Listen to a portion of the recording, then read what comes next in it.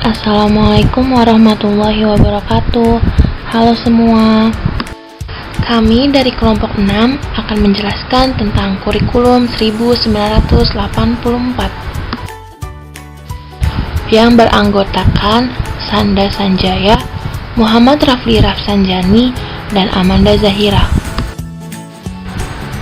Sejarah kurikulum 1984.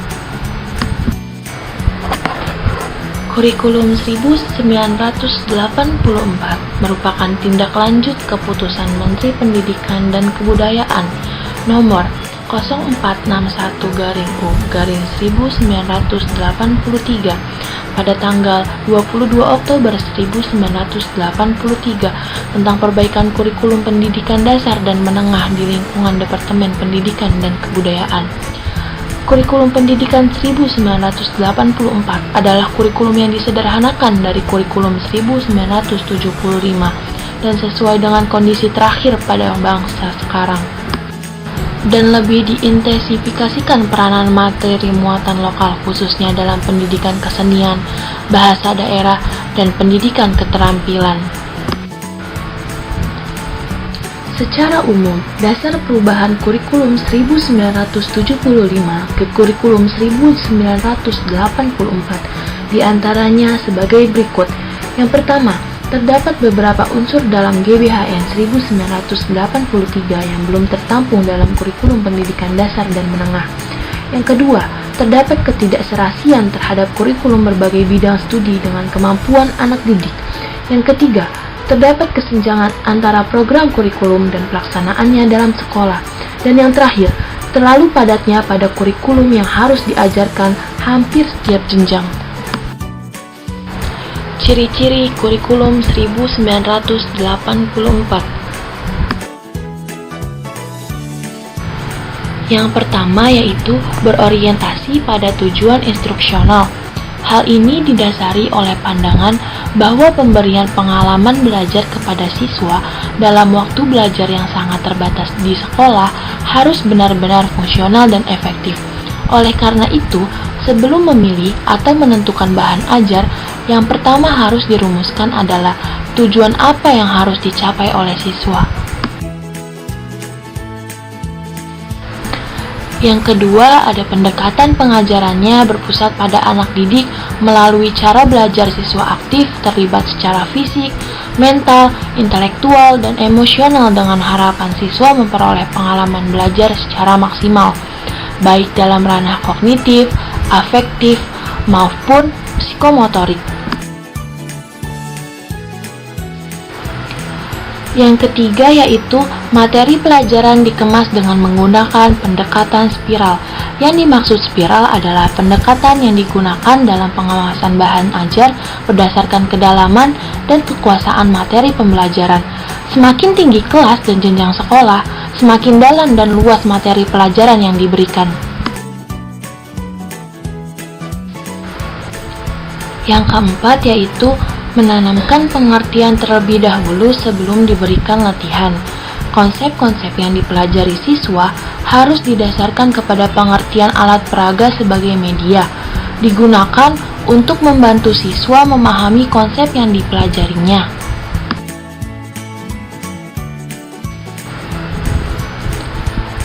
Yang kelima yaitu materi disajikan berdasarkan tingkat kesiapan atau kematangan siswa. Pemberian materi pelajaran berdasarkan tingkat kematangan mental siswa dan penyajian pada jenjang sekolah dasar harus melalui pendekatan konkret, semi-konkret, semi-abstrak, dan abstrak dengan menggunakan pendekatan induktif dari contoh-contoh ke kesimpulan. Dari yang mudah menuju ke sukar, dan dari sederhana menuju ke kompleks. Yang terakhir yaitu menggunakan pendekatan keterampilan proses. Keterampilan proses adalah pendekatan belajar mengajar yang memberi tekanan pada proses pembentukan keterampilan, memperoleh pengetahuan dan mengkomunikasikan perolehannya. Pendekatan keterampilan proses diupayakan dilakukan secara efektif dan efisien dalam mencapai tujuan belajar.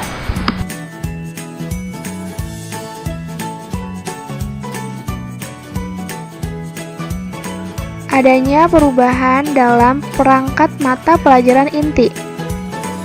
Kurikulum 1984 memiliki 16 mata pelajaran inti, yakni agama, pendidikan moral Pancasila, pendidikan sejarah perjuangan bangsa, bahasa dan kesusastraan Indonesia, geografi Indonesia, geografi dunia, ekonomi, kimia, fisika, biologi, matematika, bahasa Inggris, kesenian keterampilan, pendidikan jasmani dan olahraga, dan juga sejarah dunia dan nasional. Adanya penambahan mata pelajaran pilihan yang disesuaikan dengan jurusannya masing-masing. Perubahan program jurusan.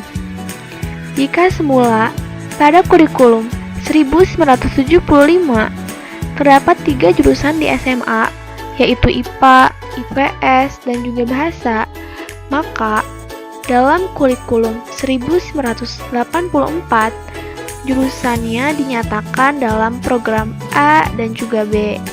Program A terdiri dari A1 penekanan pada mata pelajaran fisika, A2 penekanan pada mata pelajaran biologi, A3 penekanan pada mata pelajaran ekonomi, dan A4 penekanan pada mata pelajaran bahasa dan budaya. Sedangkan program B hanya menekankan pada keterampilan kejuruan, tetapi mengingat program B memerlukan sarana sekolah yang cukup, maka program ini untuk sementara ditiadakan. Kebijakan kurikulum 1984. Jadi, gerakan wajib belajar 6 tahun ini ternyata memiliki pengaruh besar terhadap perkembangan pendidikan luar biasa atau PLB di Indonesia. Pada masa itu, anak luar biasa tidak mungkin tertampung di sekolah luar biasa atau SLB yang telah ada. Jumlahnya masih sangat terbatas, letaknya pun sebagian besar berada di kota-kota besar, sedangkan hampir semua pengelolaan yayasan swasta. Untuk mengatasi masalah ini, beberapa langkah penting telah diambil, seperti diperkenalkan bentuk layanan pendidikan yang baru, yaitu Sekolah Dasar Luar Biasa atau SDLB. Berbeda dengan SLB, SDLB menyelenggarakan pendidikan dasar bagi tunanetra, tunarungu, tunagarita, dan tunadaksa dalam satu sekolah melalui dana proyek Inpres. Pada tahun 1984, didirikan sebanyak 200 buah SDLB pada 200 kabupaten atau kota yang belum memiliki SLB sama sekali.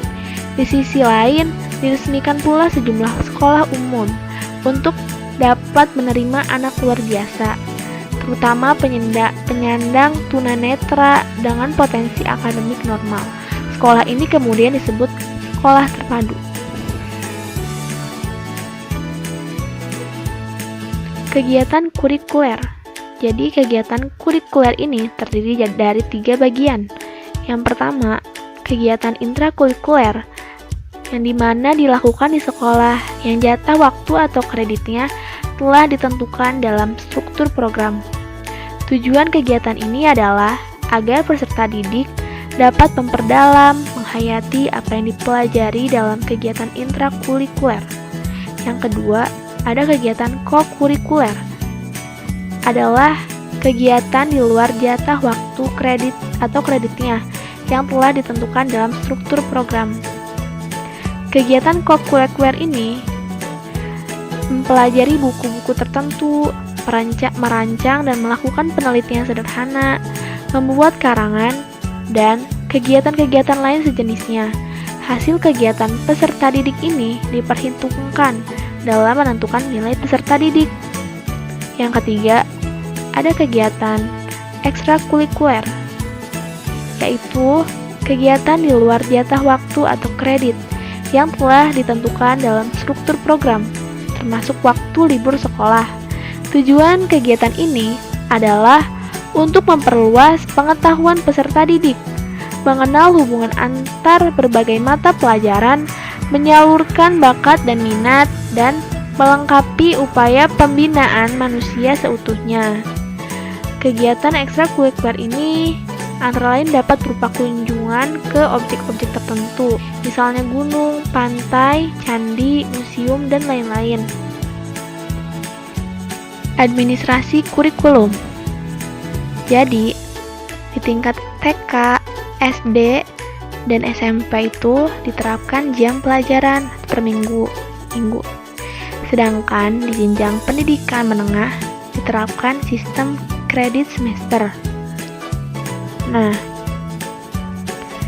sistem kredit semester ini dimaksudkan untuk meningkatkan daya guna dan hasil guna pendidikan, sekaligus dikaitkan dengan sistem penilaian peserta didik.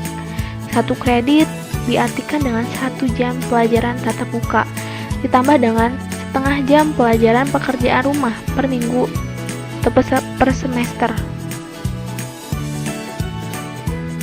Pendekatan belajar dan penilaian. Pendekatan belajar mengajar harus diarahkan pada cara belajar siswa aktif yang telah diperkenalkan oleh PPPG tahun 1963 oleh Profesor Dr. Raka Joni, laporan Baby dan Ibu Profesor Dr. Pakasi, Panitia 11. Menurut hasil penelitian Dr. Arya Jalil dan Christine Mangindaan tahun 1979, mutu proses belajar mengajar dari proyek supervisi pendidikan, sedangkan pendekatan keterampilan prosesnya dilaksanakan agar peserta didik mampu mengelola perolehan belajarnya melalui pendekatan keterampilan. Pokok pelaksanaan kurikulum 1984. Bimbingan karir. Bimbingan karir bukan hanya berarti bimbingan tugas, tetapi perlu memiliki arti yang lebih luas, yaitu bimbingan agar peserta didik mampu memahami dirinya, memahami lingkungan atau dunia kerja, dan tata hidup tertentu, dan juga mengembangkan rencana dan kemampuan untuk mengambil keputusan tentang masa depannya. Dalam pelaksanaannya, narasumber yang ada di masyarakat perlu ikut sertakan agar program pendidikan dapat disesuaikan dengan berbagai bidang kehidupan. Garis-garis besar program pengajaran kurikulum 1984. Berdasarkan tujuan institusional dan tujuan kurikuler yang berpusat pada peserta didik, dijabarkanlah materi kurikulum yang dinyatakan dengan pokok bahasan dan deskripsinya. Materi kurikulum dikembangkan berdasarkan pemikiran bahwa perkembangan ilmu pengetahuan berlangsung sangat cepat, sehingga tidak mungkin lagi meminta guru mengajarkan semua fakta dan konsep kepada peserta didik. Dengan demikian, pengembangan materi kurikulum yang hanya mencantumkan pokok bahasan saja dengan waktu belajar tidaklah cukup. Alternatif pendekatan atau metode pembelajaran menjadi sangat penting. Baik, selanjutnya kelebihan dan kekurangan kurikulum 1984.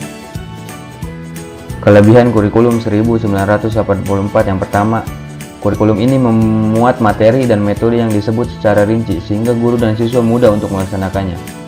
Yang kedua, prakarsa siswa dapat lebih dalam kegiatan belajar yang ditunjukkan melalui keberanian memberi pendapat. Yang ketiga, keterlibatan siswa dalam kegiatan-kegiatan belajar yang telah berlangsung yang ditunjukkan dengan peningkatan diri dalam melaksanakan tugas. Yang keempat, anak dapat belajar dari pengalaman langsung. Yang kelima, kualitas interaksi antara siswa sangat tinggi, baik intelektual maupun sosial. Dan yang terakhir, memasyarakatkan keterampilan berdiskusi yang diperlukan dengan partisipatif secara aktif. Baik, selanjutnya yaitu kekurangan dari kurikulum 1984. Yang pertama, banyak sekolah kurang mampu menafsirkan CBSA. Yang terlihat adalah suasana gaduh di ruang kelas lantaran siswa berdiskusi di sana-sini dan tempelan gambar yang menyolok. Yang kedua, dapat didominasi oleh seseorang atau sejumlah siswa sehingga dia menolak pendapat peserta lain. Dan yang ketiga yaitu peranan guru yang lebih banyak sebagai fasilitator, sehingga prakarsa serta tanggung jawab siswa atau mahasiswa dalam kegiatan belajar sangat kurang. Dan kekurangan yang selanjutnya yaitu siswa yang pandai akan bertambah pandai sedangkan yang bodoh akan ketinggalan. Dan yang kelima, diperlukan waktu yang banyak untuk pembelajaran, menyebabkan materi pelajaran tidak harus tuntas dikuasai siswa. Dan yang terakhir, guru kurang berperan aktif dalam kurikulum ini. Sekian dari kelompok kami, kurangnya mohon maaf, lebihnya terima kasih. Semoga bermanfaat untuk kalian semua. Wassalamualaikum warahmatullahi wabarakatuh.